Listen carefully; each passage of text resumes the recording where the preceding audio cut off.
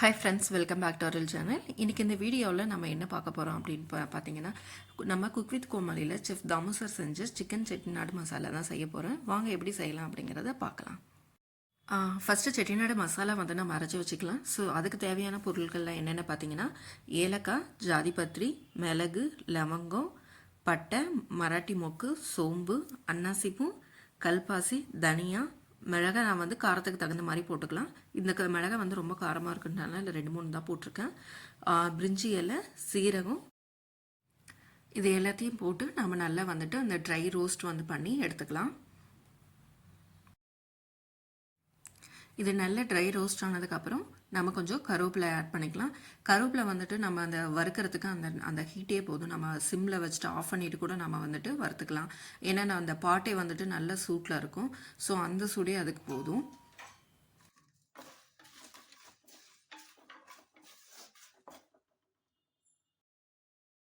அது சூடாகிற வரைக்கும் நாம் வந்துட்டு அடுத்தது நம்ம சிக்கனுக்கு தேவையானதை ரெடி பண்ணிடலாம்.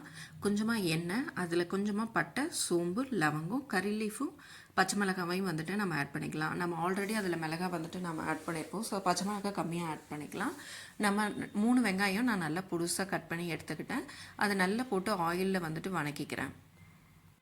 எப்பயுமே வெங்காயம் வணக்கும் போதே வந்துட்டு மேக்ஸிமம் வந்துட்டு உப்பையும் போட்டு சேர்த்து வணக்கிடுங்க. சீக்கிரமாக வந்துட்டு வெந்துடும். இது கூடவே கொஞ்சம் இஞ்சி பூண்டு பேஸ்ட்டு போட்டுக்கலாம். இஞ்சி பூண்டு பேஸ்ட்டு, வெங்காயம் இது எல்லாமே நல்லா அந்த பச்சை வாடை போகிற வரைக்கும் நல்லா வந்துட்டு வெங்காயத்தை நல்லா வணக்கி எடுத்துக்கலாம். ஒரு தக்காளி வந்து எடுத்துக்கிட்டேன். அந்த தக்காளி வந்து எனக்கு கோவமாலாம் புளிய தெரியல. ஏன்னா கோவமாக புளிஞ்சு ட்ரை பண்ணி பார்த்தேன், அது நல்லா மேஷ் ஆகலை. ஸோ அப்படியே கட் பண்ணிவிட்டு அப்படியே கையில் மட்டும் புளிஞ்சு விட்டுட்டேன். தக்காளி சேர்த்துட்டு நல்லா வணக்கி எடுத்துக்கலாம். கொஞ்சம் தக்காளி வதங்கினதுக்கப்புறம் கொஞ்சமாக தண்ணி ஊற்றிட்டு அதை கொஞ்சம் கொதிக்க வச்சிடலாம். எனக்கு இதில் வந்து கொஞ்சம் காரம் மிளகா கம்மியாக போட்ட மாதிரி இருந்துச்சு. ஏன்னா அந்த காரம் அதிகமாக இருக்கிறனால சரி காரம் கம்மியாக மிளகா கம்மியாக போடலாம் அப்படின்னு நினச்சேன்.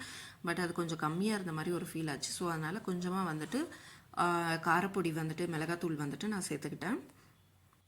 இது வந்து ஒரு 2 நிமிஷம் கொதிக்க வச்சுட்டேன். இது 2 நிமிஷம் கொதிச்சதுக்கப்புறம் நான் வந்துட்டு சிக்கனை வந்து ஆட் பண்ணிக்கிட்டேன். எப்போயுமே சிக்கன் வந்து ஆட் பண்ணதுக்கப்புறம் ஒரு 2 நிமிஷம் 3 நிமிஷமாவது அப்படியே அந்த இதிலே வந்துட்டு வணக்கி விட்டுக்கலாம். ஏன்னா அந்த மசாலா, அந்த உப்பு இதெல்லாம் வந்துட்டு சிக்கனில் வந்துட்டு ஈஸியாக இறங்கும்.